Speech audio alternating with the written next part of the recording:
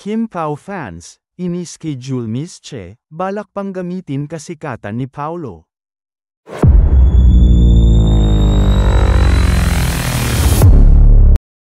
Hindi inaasahan ng dating aktres na si Jul Miss Che na isang simpleng panayam sa telebisyon ang magbubunsod ng sari-saring reaksyon mula sa netizens, lalo na sa mga tagahanga ng aktor na si Paulo Avellino.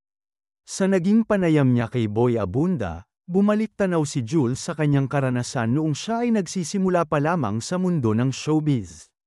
Habang ikinukwento ang ilang bahagi ng kanyang karanasan sa industriya, nabanggit ni Jul na may ilang lalaki noon na nagpakita ng interes sa kanya. Ngunit may isa umanong talagang tumatak sa kanya, si Paulo Avellino. Ayon sa aktres, si Paulo raw ang naging malapit sa kanya sa mga panahong iyon.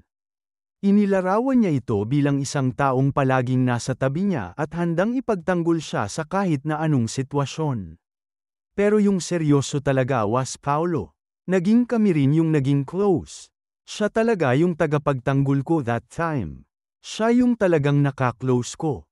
Bagamat tila inosente lamang ang pag-alaala ni Jul sa kanyang nakaraan.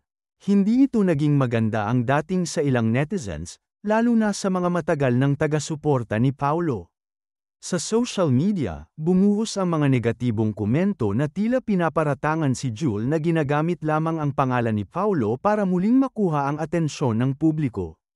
May ilan pang nagsabi na tila sinusubukan ni Jul na makabalik sa showbiz gamit ang pangalan ng ngayoy matagumpay na aktor.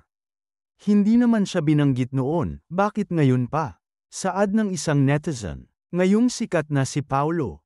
Saka siya naalala. May nagsabi rin na tila hindi na kailangan pang ungkatin ang nakaraan, lalo na kung wala namang balak si Paulo na balikan ang anumang namagitan sa kanila. Past is past. Wala namang nabanggit si Paulo tungkol kay Jul, bakit siya pa ang magdadala nito sa publiko? Ani ng isa, hindi rin nakaligtas sa isyu ang kasalukuyang karelasyon ni Paulo na si Kim Chiu. Maraming netizens ang nagpakita ng suporta sa dalawa, at sinabing mas mainam na hayaan na lamang si Paulo na maging masaya sa kanyang bagong pag-ibig. Masaya na siya kay Kim, huwag na nating guluhin pa, wika ng ilan. May mga nagsuspecha rin na baka may layuning bumalik si Jul sa mundo ng showbiz kaya niya binanggit ang aktor. Comeback strategy ba ito? Tanong ng isa. Samantalang ang iba naman ay tila nagpakita ng pagkaawa o simpatsya, na sinasabing baka si Jul ay simpleng nagkukwento lamang ng nakaraan niya. Ngunit mali ang naging interpretasyon ng publiko. Sa gitna ng mga batikos, wala pang tugon si Jul tungkol sa kontrobersyang ito. Hindi pa rin nagbibigay ng anumang pahayag si Paulo Avellino, na tila piniling manahimik sa isyong muling iniugnay sa kanya.